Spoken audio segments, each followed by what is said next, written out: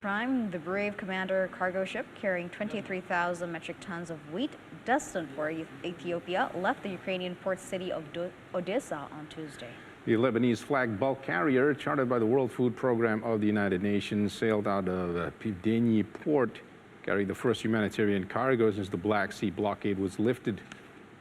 So far, several ships carrying grain have left Ukrainian ports under the New Deal, but most of those shipments were animal feed and went to Turkey or Western Europe under previous contracts.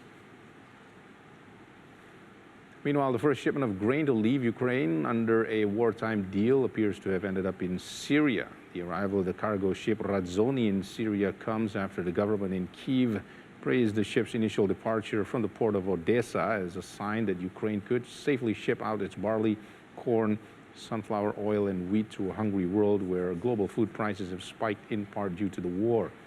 But its arrival in Syria's port of Tartus shows how complicated and murky international trade and shipping can be.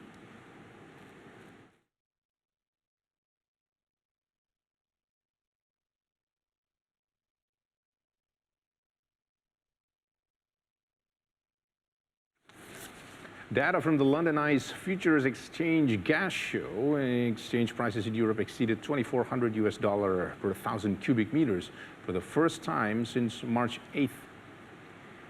Right now, the minimum price based on the TTF index of futures contracts for gas supply is about $2,000 in September, while the maximum price is $2,400, which is up 10.8%. According to RIA Novosti, the average monthly settlement price of the nearest gas futures on ICE rose by almost 50% last month, up from the $1,180 in June to about $1,805 per 1,000 cubic meters.